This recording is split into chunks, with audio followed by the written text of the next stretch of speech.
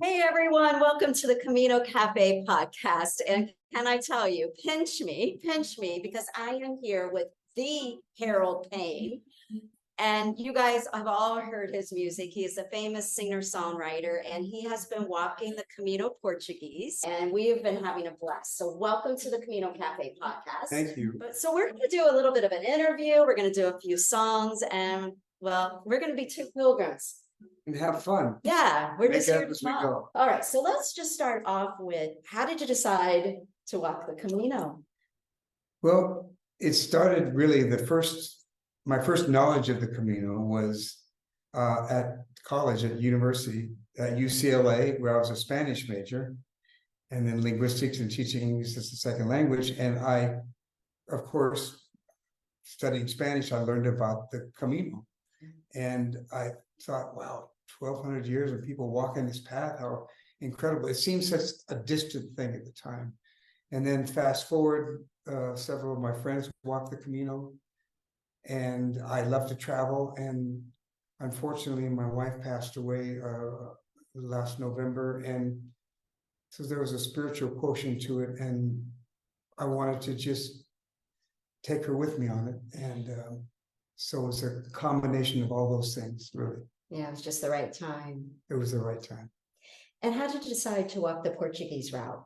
No falo português, but I don't speak Portuguese, but I really didn't have time to do the Francés. Yes. And it just seemed like a nice bite-sized thing to do. It's a little more than a bite, but it was a mouthful, but a beautiful, tasty mouthful. Yes. And where did you start? In Porto. And this was your first Camino. How are you feeling now? You got to Santiago yesterday. Yes. How did that feel walking into the city? It felt exhilarating, to say the least. I mean, just you feel proud that you can do that, and you look back at the experiences, and it makes you feel like you can do anything. Mm-hmm. You know, you feel like the things that you've had to deal with on your own, because I'm walked on my own, which is another story. Yes. But yeah, I just feel empowered to, like, that if I can do that, I can walk for 5, 6, 7 hours every day, then I think I can walk to the store. And in California, we get in our car a lot. So. That's true. You probably don't do a whole lot of walking there. But I have done, but not this much. Yeah. And so let's talk a little bit about your life prior to coming and walking a Camino. You've had quite the career as a singer-songwriter. Humbly, so I mean, I was very fortunate in that my brother, who is a yogi. Yes. Before he was a yogi, he was in the magazine world in advertising. Oh, okay. And one of the big contacts he made for me, he connected me with a guy named Bobby Womack, who is a R&B legend, and it opened up a lot of doors for me. I was fortunate to make my living starting when I was 20, playing music, and then I started getting to writing for other people, and Bobby introduced me to his albums, and then there was a bunch of people that I did songs for: Rod Stewart, Patti LaBelle, yes. From Peter, Paul, and Mary to Snoop Dogg, basically, right. That I've written songs for. And so, but travel has always, when I really first started writing, travel is what inspired it.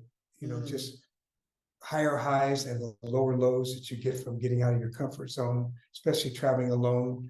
And the less you bring with you, the more you assimilate to where you are. And that led me to this situation, which I was coming with a friend, and at the day of, he had an illness and he couldn't come, and wow, which was unfortunate. But I don't mind traveling by myself, but he made all the arrangements, and so I ended up being, doing something. It would have been fine with a couple of people, but yeah. I was kind of staying in some apartments instead of being like next to the action. And talk about Tucson Tuesday. This is something that you do every week, Facebook Live. Right. Tell us a little bit about what it is, and maybe do one song. Okay, a Tucson Tuesday is something that really started with the pandemic. And when my favorite artist, Bill Withers, passed away, I just felt compelled to go on and do a tribute to him.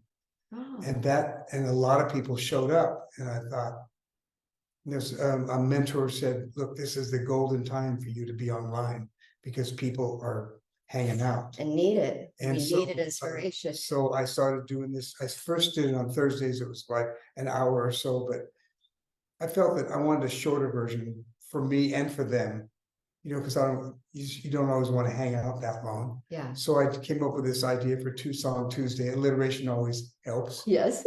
And so it's one cover song, one original, and improv. So it's two-song Tuesday plus.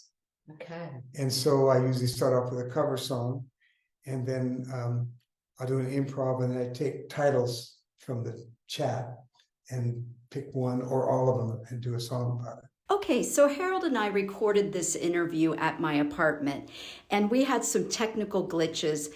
So Harold was nice enough, after we recorded the show, he re-recorded some songs for us, and that's what you'll be hearing throughout the interview. So here's the first song, Out of Many, One People, an original song by Harold Payne.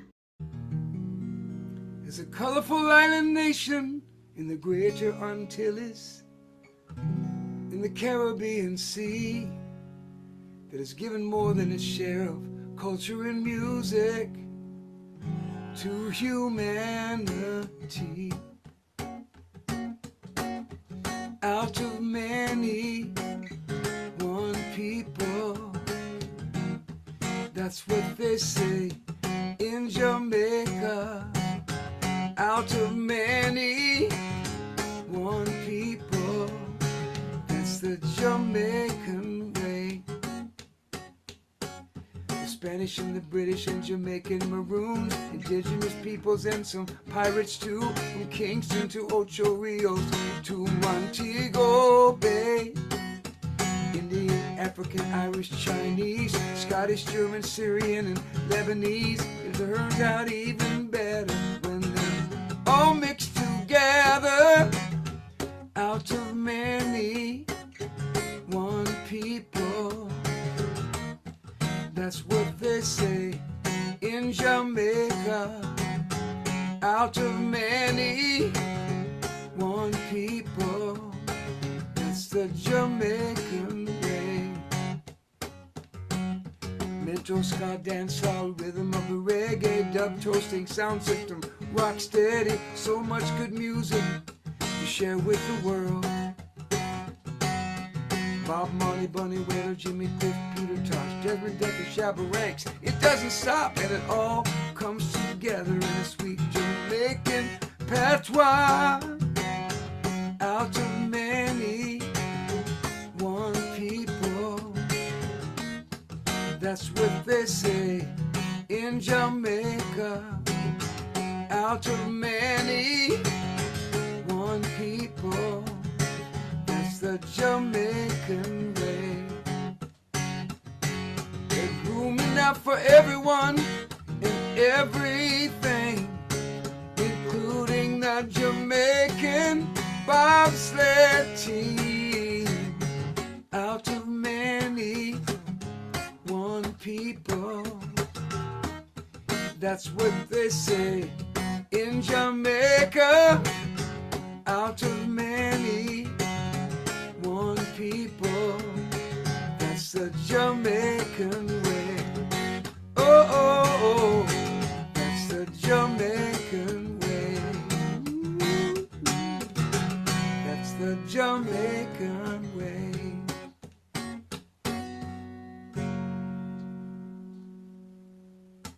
Okay, that was Camino Magic. Camino Magic. It was beautiful. Thank you. So you brought your guitar. Okay, I gotta tell you, that's my favorite kind of pilgrim that brings a guitar. You become very popular on the Camino. So how was it carrying it? And, were you bringing it out regularly, or were you kind of just keeping it away until nighttime? Believe it or not, I'm a little shy about. It helps. That's why if my friend had come, he would have been my PR man. Hey, my friend's gonna play. So it's hard for me to go up and say, hey, want to hear some music? But I had some really cool moments. One was this Korean couple that was getting engaged, and this other Korean woman that I walked with for a while. She said, how about you come and I'll tell you a little bit about them and you make up a song and surprise them. So that was really a nice moment. Wow. But the amazing thing is my very first day on the Camino. I mean, it started off, I'm at the cathedral in Porto. And I first of all, I met this guy from Switzerland who showed me how to, my backpack wasn't on quite right. Then I was talking to him and some other guy from the US was there. We were speaking English and some Australian young woman comes up and I was asking where I could change some money. And she said, I'll help you. And I go over there and my American Express, I didn't know the password because usually I use my debit card. So she said, what do you mean? I'll get you 50, can I give you 50 euros? And I go, you want to give me money? I'm not going to take money from you. So I mean, this is my first, before I'm even starting the Camino. And so I go, how about I give you US dollars? So I gave her some US dollars for euros, but she was going to literally give me 50 Just give euros. you 50 euros. Stranger I just met. So then I walk over and I'm getting ready to start walking the Camino. Cut me off if I'm taking. No, I love these answers. You kidding me? And so these two Dutch women are there and they further adjusted my back. I'd never worn a backpack before. I'm such a rookie. So, I love it. And then we're talking, her husband's name is Harold. So we kind of bonded, we talked for a little bit. And then she said, well, I see somebody starting the Camino right there. And it was a woman from Sweden. She said, maybe you should walk with her. That'd be great. So I walked with her for a couple hours. We stopped at a cafe. This is my first day. And there was no seats available outside. So there's one young woman sitting by herself. So I wouldn't have done this, but she walked right up and said, can we sit at your table? Yeah. She said, oh, of course. So we start talking and a half hour later, she asked me what I do. And I get invited to her mother's paella party. This is my first day on the Camino. This is your first day. You had an epic first day. Yeah, I mean, all these things happen. And so I get invited. She says, why don't you come and, take Uber over and I'll take you home on the way back. And they were having a choir sing there, the other singers. And so I sang and ate and had this incredible thing. There's a mile-long table of food, including paella. So that was my first day on the Camino. Your first day. Yeah. That had it all. Yeah. Wow. Camino angels, Camino magic. Yeah, no, really. Wow. Now, I was watching one of your videos. I think it was last Tuesday's video. Yes. And you can't see it today, but you had a bit of a black eye. Yeah, I had some interesting experiences. I was on the train from Porto and I was taking my bag off of the top rack and apparently the zipper was undone and a book came flying out and hit me right here and gave me a big thing. And guess what book it was? What? Brierley. Your Brierley guide. My Brierley guide. Your Brierley guidebook literally fell. He was going, you better read my book more. I had a big old black eye. It just barely, Brierley, he's still with us. He's still with us. Really. That is something else. Well, it looks a lot better now. So Well, thank you. Yes. But I wore it as a badge of honor. well, and I think with Brierley, let's talk a little bit. Brierley always used to talk about the practical and the mystical sides of our walks, right? And for the Tucson Tuesday people, he's the godfather of the Camino. And right, 25 years of walking the Camino, writing guidebooks. He's the guy that probably is why we're sitting here today. We wouldn't know about it. So he used to talk about, there were two sides, of the Camino. There's the practical side and the mystical side, the spiritual side. So let's talk a little bit about the practicality. It sounds like you're not a big hiker. This isn't something you're regularly doing in LA. I walk fairly. Walk, okay. And I have hiked. I live in an area, and I live in San Pedro in the Los Angeles area, and there's right next to Palos Verdes, and there's a lot of nice places to walk there. And I do that fairly often, but I don't call myself a hiker, and I definitely am not not doing 10, 12, 15-mile hikes on a No. regular basis. No, especially in LA, right? Yeah, really. Okay, so from a practicality, because I think sometimes we Camino veterans, you know, we can kind of romanticize a little bit about our Camino, right? Because the pain's done. Now we've arrived. Yeah. We're feeling happy, Oh, yeah. right? We forget about maybe blisters or whatever. So let's talk a little bit about, aside from the black eye, what was the toughest part for you physically? Well, in my case, I had a heel issue A heel issue. before I came, and it stopped me from training. Oh, And so, and the doctor said, well, it's probably not going to get better. You might want to postpone this, but it's not going to hurt your heel, but it's just going to hurt. mm, So it wasn't horrible. It was Yeah. about a 2.5 or 3 at the beginning of the day, and about a 4 at the Okay. end of the day. But you know, every time I stop and I take my shoes off, and everybody you talk to, of course, had either blisters or Yeah. whatever. I mean, but that's part of learning how to take care of that self, and taking a needle and doing that and putting padding around it. And people tell you, but to experience it yourself, yes. and to like go, okay, I can do this. And even more empowering is the fact that you can walk through the pain a little bit. Mm, And it was vale la pena. It's worth it, you know. So that was really my own, that and a few blisters that I learned how to manage myself. mhm.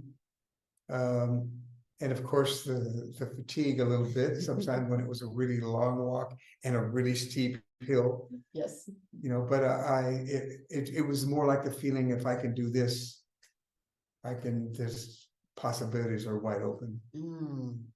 That's really something coming from you, because you've had such great accomplishments in your life. I mean, you know, not, I mean, very few of us get to do the type of work you do and have the success that you've had.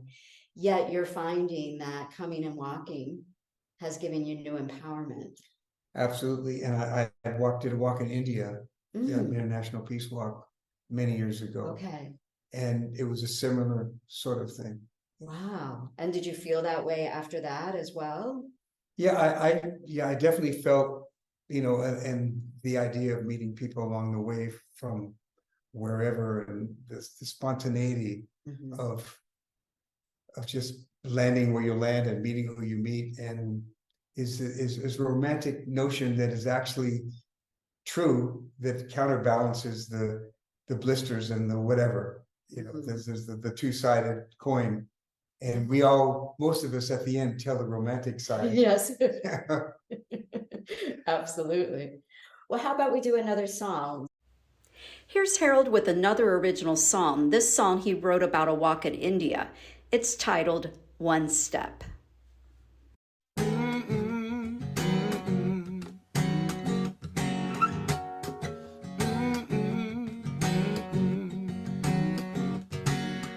I am a humble man from somewhere in America. I walk in the footsteps of those who've gone before. And this road I travel on will lift me up and make me strong. So when people ask me what this journey's for, I say, if I take one step in the right direction, if I touch one heart along the way, if that one step becomes a chain reaction, then my journey has not been in vain.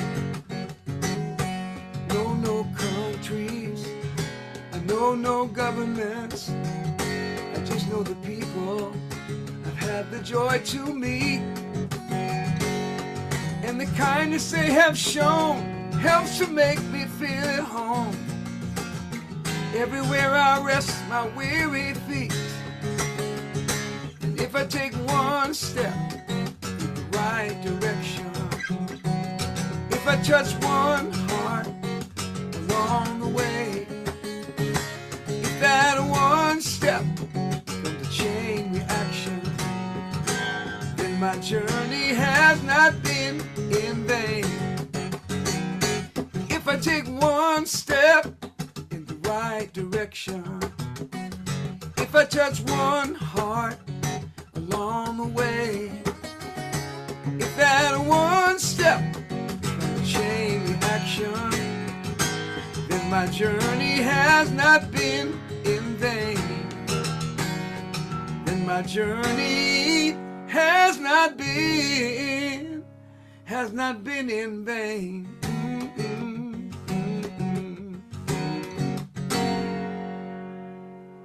That is a perfect Camino song. What's the title of this song? One Step. One Step. And is this available? Can people download this song? Yeah.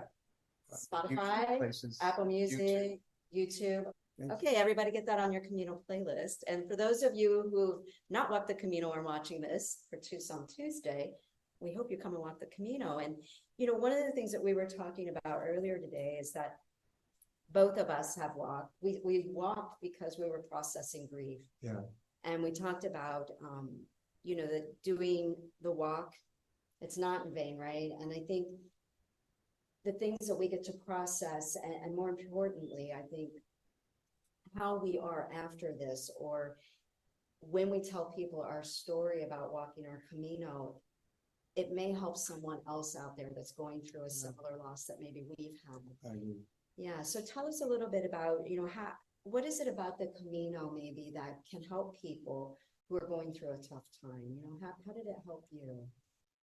Well, my wife passed away last November, and so part of my reason for coming on the Camino was just in a way to honor her and to kind of help me go through this a little bit. And you know, meeting people along the way and the spontaneity of it, and seeing how beautiful people are and life is, and just and waking up every day, and the fact that everybody just has a backpack and there's no pretentiousness, and it's just, and everyone is open-hearted on the Camino. You know that, you know, in a way, it's almost like going to a yoga class. You know that the people who are going to take a yoga class are probably pretty open-hearted people. Yeah. And so the Camino provides, as they say. Yes. And it allowed me to, you know, to process the grief a little bit, in addition to the joy of what was happening. There's the romance of the Camino. There's, in this case, the spiritual, you know, processing the grief, and then there's the, you know, physical part of it that comes with it, and it all blends together in a way that kind of, you know, gets you through some things and make you feel more confident going forward. That's for me anyway. I love how you said that it blended it all together. And it sounds like you had some moments maybe of joy again, and maybe some feelings of hope. Was it feeling like you could find a way to enjoy life a little bit? Yeah.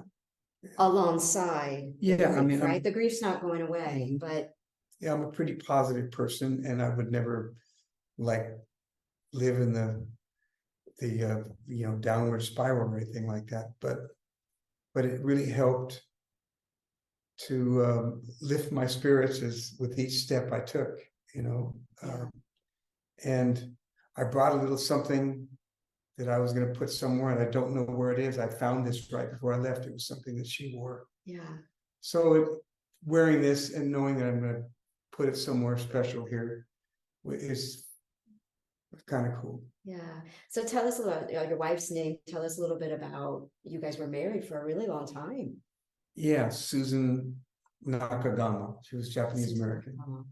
So I grew up in a town with a large Japanese American population. And she was a multi-talented person. She worked for the state of California. She started off, you know, at the entry level, ended up being the assistant chief of the labor commissioner for the state of California, and handling the work of 5 people practically. She's a force of nature. And on the other side, she was very artistic, kind of she was a feng shui queen about a life, and she was a great cook and a foodie and a fashionista. The clothes that she left behind, which I'm passing on to other people, is like unbelievable. Anyway, she's a beautiful soul, and I was lucky to have those times. Yeah, she sounds amazing. Did you ever talk about walking together? To be honest, it wasn't it wouldn't have been Not her thing, okay. She's worked hard, and she was more of a room service person, Understand. to be honest with you. Yeah. You know, but you know, she had her career and I had mine, and we had our moments together. Would she be surprised to know that you're doing this? Would she have No. thought you would have ever taken something like this on? Not right. She wouldn't be surprised No. because I did the walk in India. That's some true. other, Yeah. and she knew I like to travel and stuff. Yeah. So now you have the bracelet, the cross that you're going to try to find somewhere to place it here in this very special city. But if anybody has any suggestions, yeah, Yes, I I'll think leave you'll- it there behind the heater over there. Yeah, that'd be wonderful.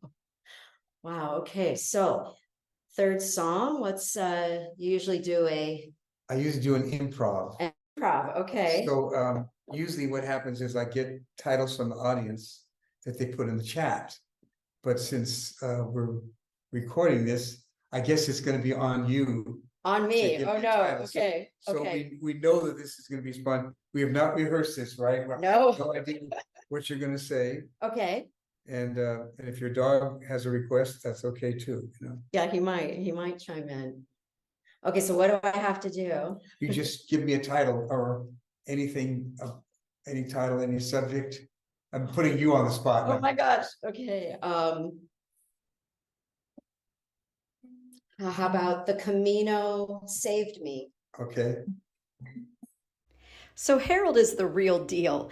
The way that he can make up a song on the spot is absolutely amazing. Unfortunately, the song that we recorded at the apartment, you're not going to hear, but when he got home, he recorded another impromptu song with the same title.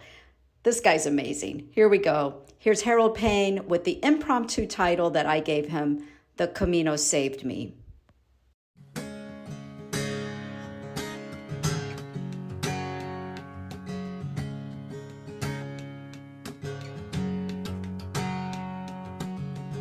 Stuck in a job I didn't really love, and everything I was doing just didn't seem like enough. And somebody mentioned a walk that they took to Spain. It just took a couple minutes to explain. And I knew that Camino would save me, and the Camino saved me. Where else can you go? People all over the world are reaching out for each other. No countries, nothing else to discover,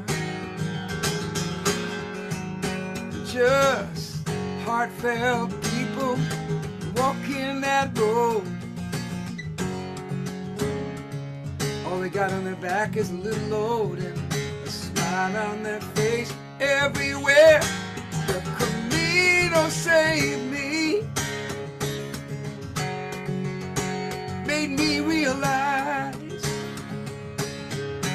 there was more to life than making a buck.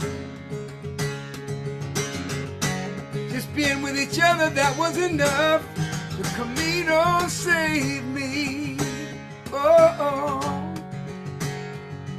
Walking into Santiago with all of my fellow travelers was a moment I'll never forget. About as good as it can get, walking in the footsteps of 1,200 years. The Camino saved me, chased away all my fears, and I'll never forget the friends that I made along the way. about it every day. The Camino saved me. Yes, it saved me. And it won't be long till it saves me again. How do you do that? I don't know. How do you do this? My goodness, I can see why you are who you are. I mean, my goodness, to be able to just do a song just like that, amazing. Thank you. You know, if you were to be able to go back and talk to yourself and say, I wish I'd known this about the Camino before starting, you know, because there's probably somebody that's watching that is going to be inspired Okay. from hearing your story and they're going to come walk. What would you tell them? I would just say that, you know, my friend who became my virtual Sherpa because he was, you know, did all the booking and stuff. It just, I would say to leave it open for a little bit of spontaneity and you know, I wasn't the albergue hostel type where we're in a room with 30 people necessarily. If I were in my 20s, maybe I would have. Yes. But I like being, I would book things that were closer to the action, like next to an albergue, but a private room, Yes. a private bath if possible, and book things that were right in the action. Like my friends have a hotel that's right down there and it's relatively inexpensive. And, you know, the apartment thing is, you know, I had some, the other night, I couldn't even get in my apartment because I kept turning the key and nothing happened. So I thought I was going to sit out on the street, be out on the street, and I knocked on a bunch of doors, and somebody finally opened. I said, "I can't get this open." He said, "You pull the door back and then turn the key." I would have known that. No. It was so anonymous. Yeah. You know? So I would say, try to have places that are close to the action if possible. Yeah, definitely. You know, and talk to somebody who would know that. Yeah. And how was your equipment? Your shoes were okay, your backpack, was there anything that you brought that you thought, oh, I never used it, I shouldn't have brought it, or you wish you'd had a different type of equipment with you? I really like my shoes. I had some Hokas, and I ended up getting these other ones because they had more heels. Brooks, they had more support in the heel, and since I had a heel issue, and I had good socks, and I would just say that, you know, I had my baggage carried from one place to another. I used Top Santiago, which they were fine. Except Excellent. the one time when I had to, when my bags were about 3/4 of a mile away. Oh, no. But that wasn't their fault. It was because it was an apartment that was far away. So they had to go to a bar to pick up my stuff. But yeah, it's okay to have your bags carried. In my case, I had my, guitar, which gave me the excuse to have another bag with, I brought too much, which everybody does. I brought a sleeveless puffy vest and a long sleeve. Oh my goodness. And a jacket. And we just had some really hot weather. A rain jacket, yeah. And so I never used either of those. I finally used the rain jacket and the rain pants. Oh, because you came in on a rainy day. Yeah. How was that day? It rained a little bit. Yeah, the last couple of days it rained. It was, you know, I had on my rain pants and my, you know, rain cape and my rain jacket. So I felt like, okay, I brought those, but I didn't need the puffy jacket and the puffy. I mean, come on. Yeah, come on. But you don't know until you're here, right? You know. Yeah. So what are you thinking right now? You've been in Santiago overnight. Will this be something you'll do again? Will you do another Camino down the road? I would, you know, I'm going to think about it. But yeah. And depending on my time, you know, I might do like a week and then come back and do another week, and that kind of probably fits my schedule better, and maybe travel a little bit as well. I really like to go around to Barcelona and Madrid and places like that. So it'd be nice to do a combo trip. Oh yeah, definitely. So what do you think is the one thing right now? Because, you know, for me, the Camino doesn't stop in Santiago. I don't think for Right. any pilgrim, No. right? So there's going to be stuff that will be happening as you go. But if you had to say right now, what's been the greatest lesson for you, or what do you think you're going to take home that you're really happy about? Well, a lot of it was what I knew it was going to be. I knew it was going to be open-hearted people from all over the world, reaching out to each other, and it just validated really that you can go someplace on your own, and sometimes you get more out of it. It was a combination of the walking alone, which was good at times, and the walking with other people. Yeah, so you kind of did a combination. Yes. You walk on your own and then meet Yes. people. And you met some really interesting people along the way, yeah? I did. Yeah, do you want to say hi to any of them? The people I walked with a lot were Joyce from Seattle, and she's of Korean, from South Korea, and she introduced me to another couple that I did their Howley names, their English names are Yeah, Sean and Veronica, okay. and they just got engaged. They're the couple I did the song for, and then the woman from Morocco, and Richard and Aida. Ah. So those are some of the people that I walk with the most. An English couple, also Stephen and Marcy. Wow, what a list of friends you have made in a 2-week period. Probably become lifelong friends.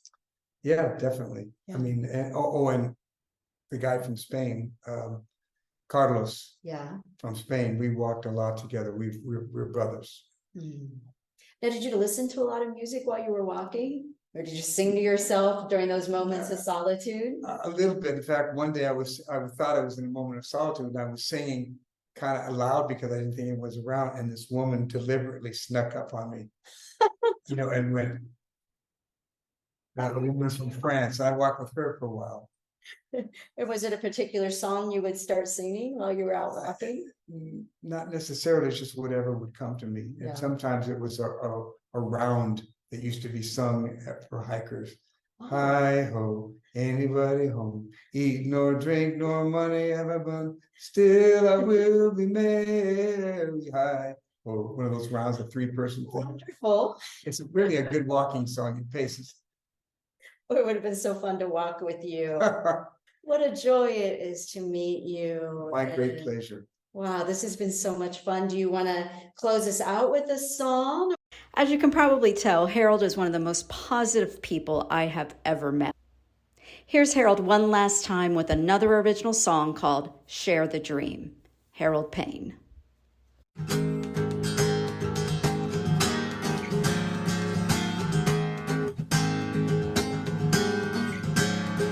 There's a winding road where I learned to run, where the race is long, but it can be won. With every step we're taking, with every choice we're making, with every bend in the road, we get stronger. We can reach up, we can reach out, we can show this world what we're all about. We can do anything we put our minds to. We can do anything we want to be. Hey, hey, we must believe. We can share the dream. There's a dead-end street where I used to play, but I found my wings. I can fly away. Below the streets, lights fading, a Ahead is my future waiting. Beyond the doubts and the fears, I can see it. Oh, I can see it. We can reach up, we can reach out. We can show this world what we're all about.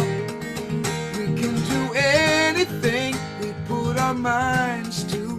We can be anything we want to be. Hey, hey, we must believe. We can share the dream. Hey, we can share the dream, we can share the dream. Walking the Camino, share the dream. Oh, we can share the dream, we can share the dream. We can reach up, yeah. We can reach up, we can reach out. We can show this world what we're all about. We can do anything we put our minds to. We can be anything we want to be. Hey, hey, we must believe. We can share the dream. We can reach up. Thank you. Thank you. Wow. Okay, so I hated this, you know, it was tough, but I had to do it. this has been wonderful, Joy. One of the highlights of my Camino life. Thank you so much for coming to the Camino Cafe podcast, for sharing Tucson Tuesday here. So we'll be back with another episode soon. So bye, everyone.